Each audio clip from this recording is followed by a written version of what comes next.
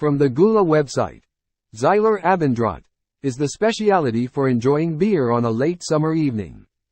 The reddish color of the craft beer is given by the addition of special malts, which are roasted and dried particularly intensively during malting. The deep red craft beer specialty combines the sweet and spicy aromas of malt with the fruity, fresh aromas of the flavor hops. Comet brings aromas to the beer that are reminiscent of forest fruits such as blueberry. The aroma is rounded off by the use of an ale yeast. And now here is Uncle Bub to throw in his 2 cents. Hey y'all, welcome to a Wet Your Whistle Wednesday on Uncle Bub's Bell Buckle Beer Reviews. Alright, I got a little bit different background today, but I've done some cleaning off and stuff like that. Anyway, what I've got for you today is another Goller beer. I went back to Murfreesboro. I picked up some more Gulas down there and the Pilsners, and I picked up some more Kutnahoras. I'm going to do some taste challenges, and I also picked up some Pilsner Urquell while I was down there. We're going to do some taste challenges with those beers here in the near future. But I wanted to get this other Gula in there. Now, it doesn't have on the front of it, it doesn't say Gula like some of the other ones. This is a bottle like the Helles that I did by Gula. But this one's called a Zeiler Abendrot. Zeiler Abendrot, and it's spelled weird, and I didn't really know that was a D. It looked like a Beano rod or something, I don't know.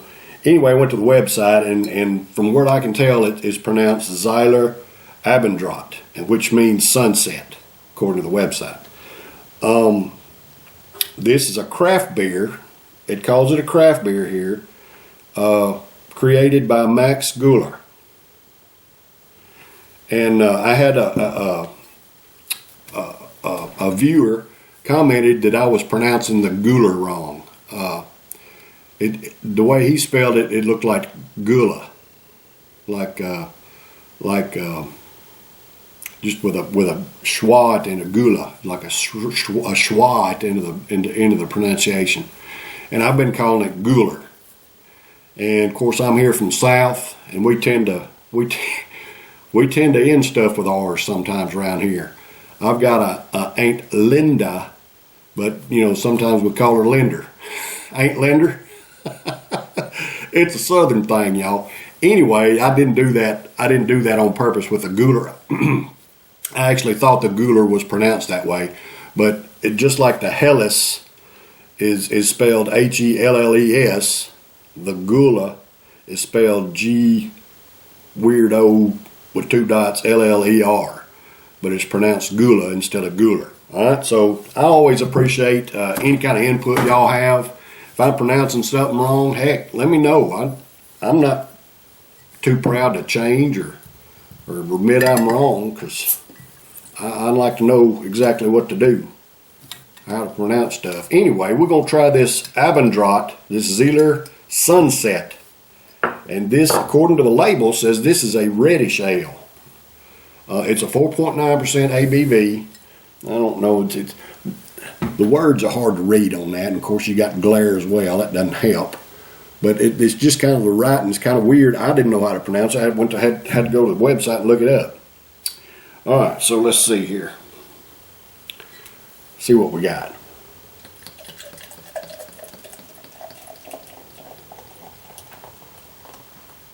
Oh, it looks like a deep, rich gold to me.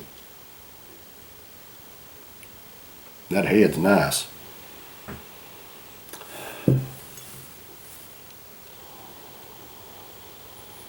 I'm getting kind of a roasty flavor, toasted note out of that head there. But yeah, look at that, it's a little bit hazy. And I guess it kind of has a reddish tint to it. It's more like a dark amber. Doesn't really look red to me. But y'all, I have really enjoyed these Gula beers. They have been fantastic. And When this is the only new one they had down there, and they didn't have some of the ones I got last time. So I just picked up a bunch and picked up this up with it because it was I didn't try it before. They didn't have it last time. So look at that. That's just a thing of beauty. I got 4 fingers here and I've got 4 fingers there, and that's just, to me, that's what beer's about, y'all. I'm gonna get a taste of that head.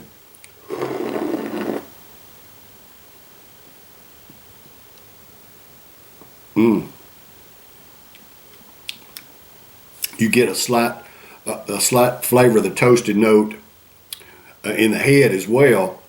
It's not real strong, but you can detect it. And then in the finish of the head, it's got that a little bit of bitterness, which I really enjoy that.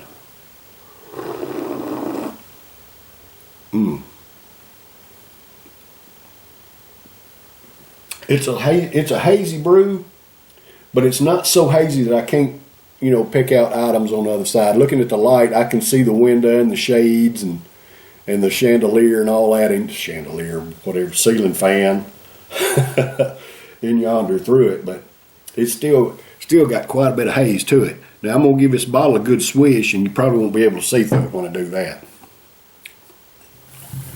But man, that head is good. It's got a nice toasty flavor. It's not too strong, and then the bitterness in the finish, it just sets it off.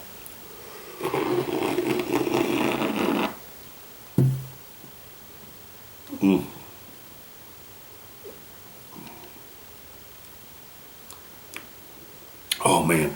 All right, so I'm gonna give this bottle a swish. Got a little bit left in there. We'll see if it clouds that up anymore there. Let's see.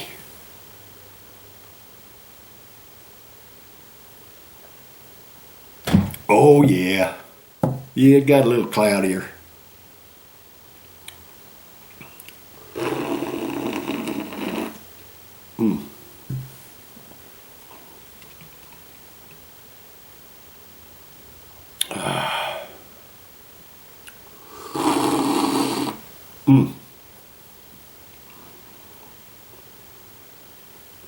All right, there ain't no film on the bottom of it there.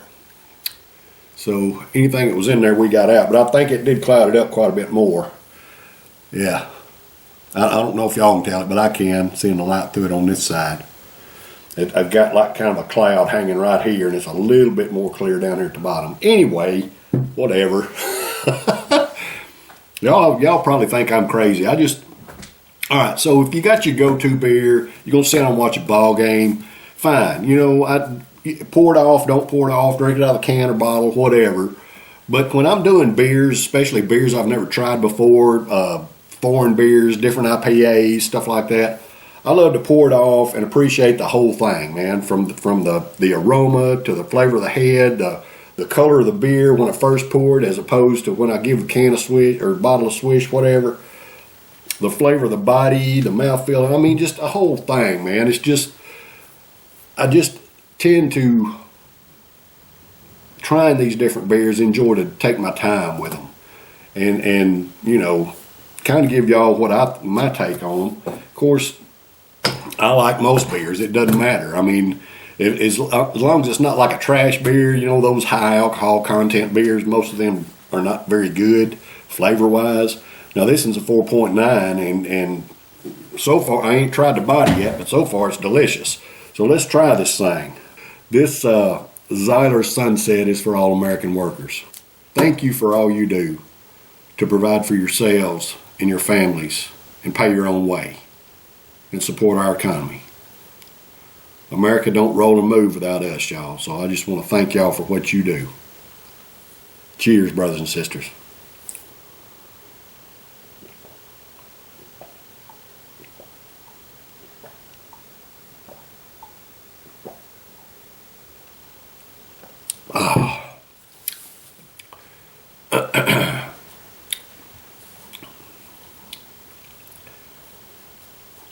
That don't even taste like beer, y'all. I'm not getting any bitterness out of the body of it at all. It tastes like and I've had this before in some beers, it tastes like a very mild, slightly sweetened tea. And which is not a bad thing. It don't even taste like beer to me, y'all.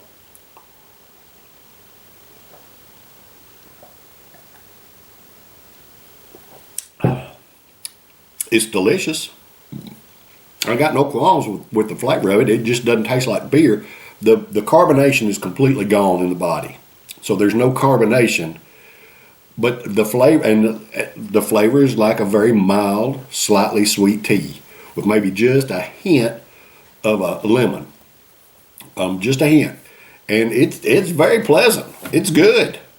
It's just something a little bit different.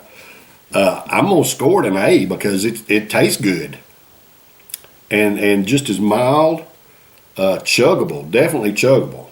Now I did give $5 for this bottle. Probably wouldn't give that again. But to try it, yeah, it was worth it. But you know, a bottle this size at 4.9% ABV. I don't even know what size this bottle is. It's a half liter, half liter, whatever. Half liter bottle for $5 at a 4.9. A little bit pricey. Probably wouldn't buy it again just because. I mean, it's not bad. I mean, it tastes good. It's just not what I'm really looking for in a beer. Put it that way. I'm still going to score it an A because the flavor's fantastic. I mean, if you like sweet tea with just mildly sweet tea with a little hint of lemon, you can chug this. I mean, it's easy.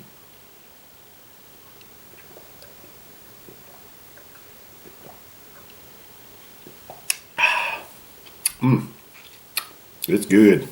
All right, y'all. That's been a Wet Your Whistle Wednesday this week. I've got another Tennessee brew that I'm going to do for you tomorrow from the Tennessee Brew Works out of Nashville, Tennessee. I've got a few of their beers that I'm going to be doing the next few Thursdays, so y'all stay tuned. Take care. Cheers.